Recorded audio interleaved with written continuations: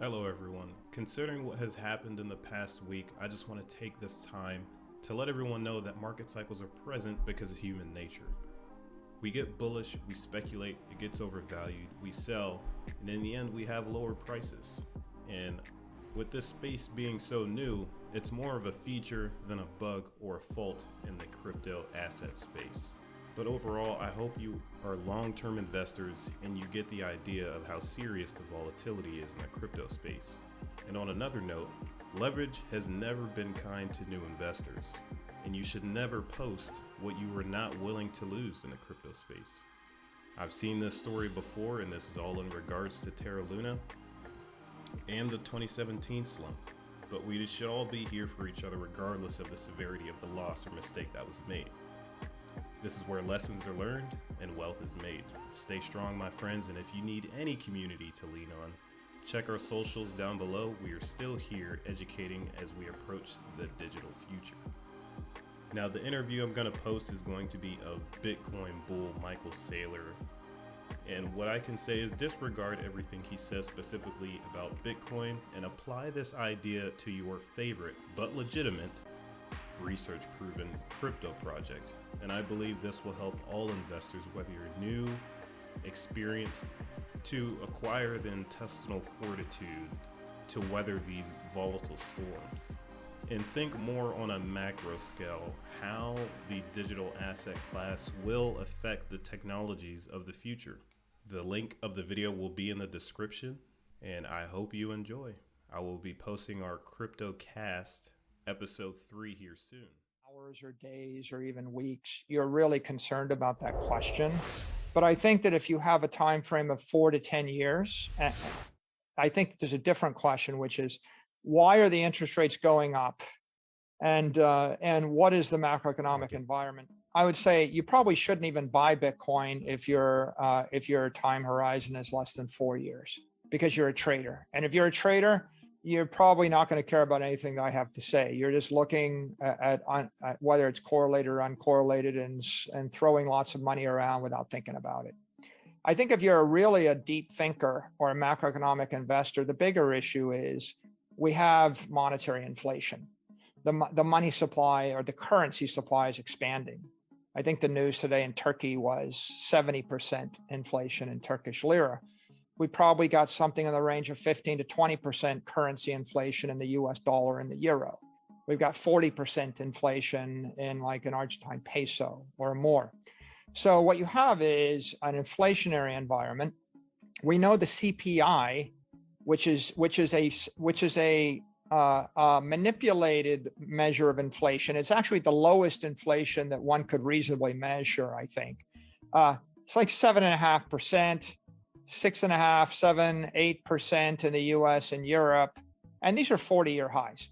So the CPI is 8%, but the actual asset inflation rate is double to triple that. So the reason that interest rates are going up is because there's pressure on the central banks to get inflation under control. And their one tool to do it is to raise interest rates. But they're not going to stop the inflation because the inflation is caused by excessive money printing, budget deficits, and the wars and political policies, domestic and foreign policies, and these policies continue. So given the fact that we have an expansive currency environment, and what you can see is the price of food and energy and scarce resources keeps going up, the question really is, if I have some money, what should I invest in?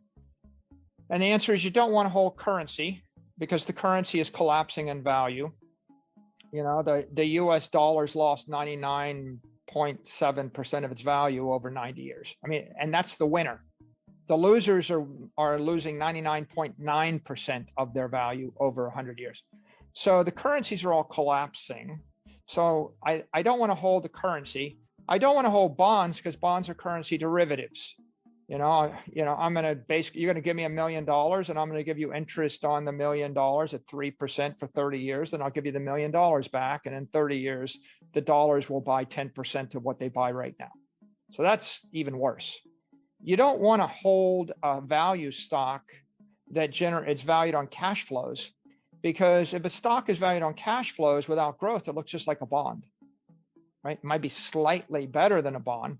But if the currency is losing 10% of its value a year and you can't raise your cash flows or raise your prices, you have to increase your cash flows 10% a year to offset a 10% currency collapse, right? So when the currency is collapsing at 70% a year, like Turkey, the company you own has to raise its prices in Turkish lira 70%, or sorry, you have to raise your prices by an amount such that your cash flows would increase by 70% so that you hold parity in value. So equities are currency derivatives, partial currency derivatives. Bonds are almost complete currency derivatives.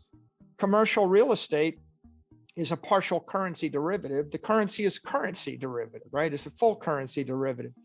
So what do I own? And the answer is, I want to own scarce property, scarce desirable property. What is it that you own that an affluent, intelligent person will want to buy from you in a decade? That's the question you have to ask yourself.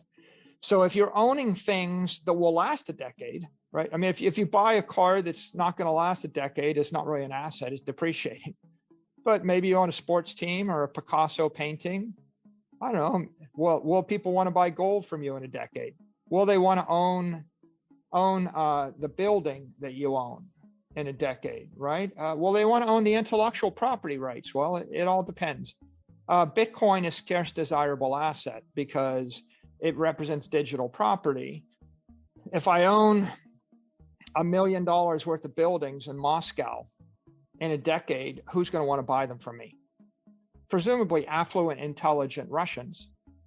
But will an affluent, intelligent British person or Chinese business person or American want to own that asset? The same is true. You own $1 million worth of buildings in Nigeria. Who's going to want to buy them in 10 years? Who's going to want to buy what you own?